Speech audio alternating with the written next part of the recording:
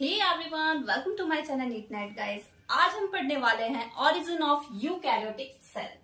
कल हमने या फिर प्रीवियस लेक्चर में हमने प्रोकैरियोटिक सेल कंप्लीट किया था। ठीक है, प्रोकैरियोटिक सेल में हमने देखा कि जो ऑर्गेनिक मॉलिक्यूल है वो एग्रीगेट या एक्यूमुलेट होके क्या बनाता है, जो मोनोमर है वो क्या बनाता है, मैक्रोमोलिक्यूल। ठीक है, विच इज पॉलीमर।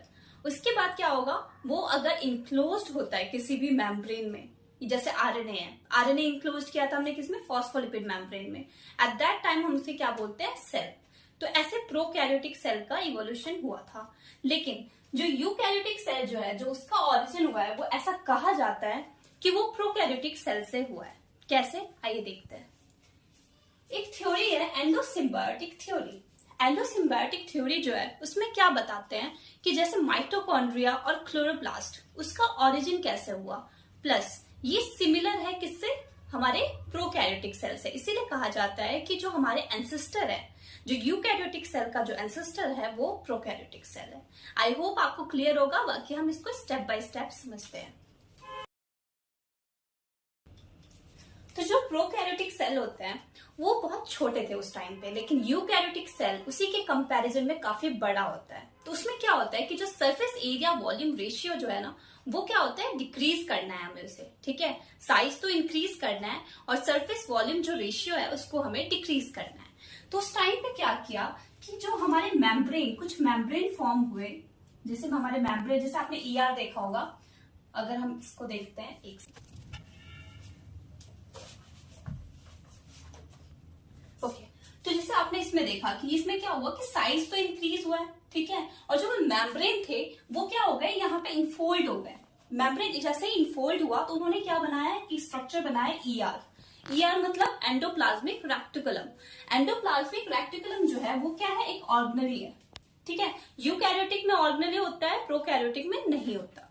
वहीं पे सबसे पहले हमारे पास क्या प्रेजेंट था, न्यूक्लियस। बस न्यूक्लियस था, जो प्रिमिटिव हमारे यूकैरियोटिक सेल जो है उसमें बस न्यूक्लियस था।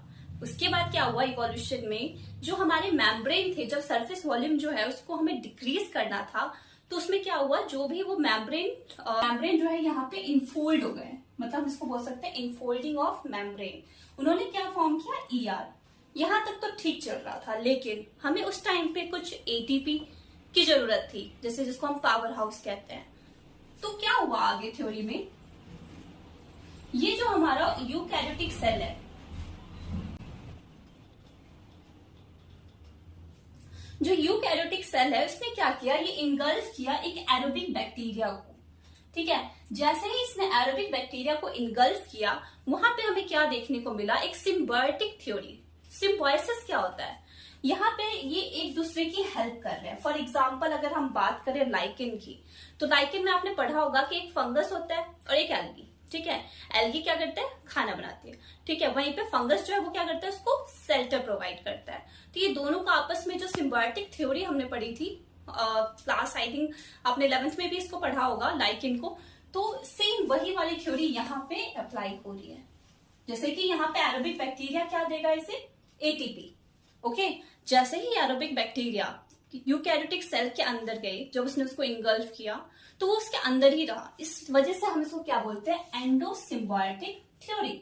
एंडो मतलब अंदर, सिम्बायोटिक मतलब ये आपस में इनका रिलेशनशिप। ठीक है, इतना क्लियर है। ओके देखो यहाँ पे मैंने दिखाया कि ये जो हमारे एरोबिक बैक्टीरिया आएंगे,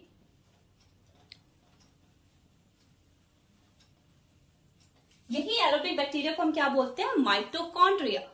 यही जो है ये इवॉल्व किसमें हुआ, माइटोकॉन्ड्रिया। और ये क्या होता है, powerhouse of the cell. Okay, clear है। लेकिन अभी भी एक क्वेश्चन है कि जो प्लांट सेल है, जो ऑटोट्रॉफ्स होते हैं, जिनको खुद खाना बनाना होता है, उनके पास खाना बनाने के लिए कौन सा ऑर्गेनेली प्रेजेंट होगा जो उनको हेल्प करे खाना बनाने में या फिर फूड प्रिपेयर करने में। ठीक है, तो इसके लिए ये तो था माइटोकॉन्ड्रिया।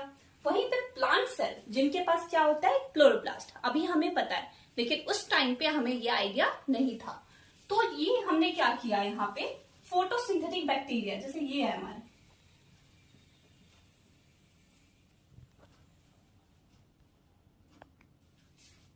जैसे यहाँ पे इन्होंने क्या इनकल्फ किया था, एरोबिक बैक्टीरिया। वैसे यहाँ पे इनगल्फ किया फोटोसिंथेटिक बैक्टीरिया। एक यूकैरियोटिक सेल ने फोटोसिंथेटिक बैक्टीरिया को इनगल्फ किया। वो जो फोटोसिंथेटिक बैक्टीरिया जो था उसने क्या हेल्प किया, वो खाना बनाने में हेल्प करता था उनको।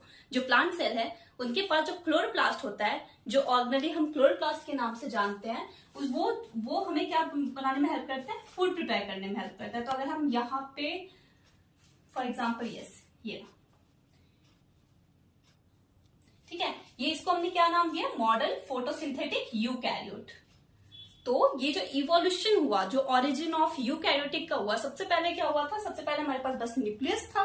न्यूक्लियस के बाद क्या हुआ कि साइज इंक्रीज हुआ और फोल्डिंग हुआ मेम्ब्रेन का, तो ईआर बना।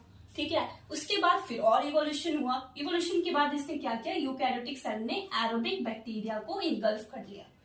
जब वो एरोबिक बैक्टीरिया इनगल्फ हुआ, वो क्या बना, माइटोकॉन्ड्रिया।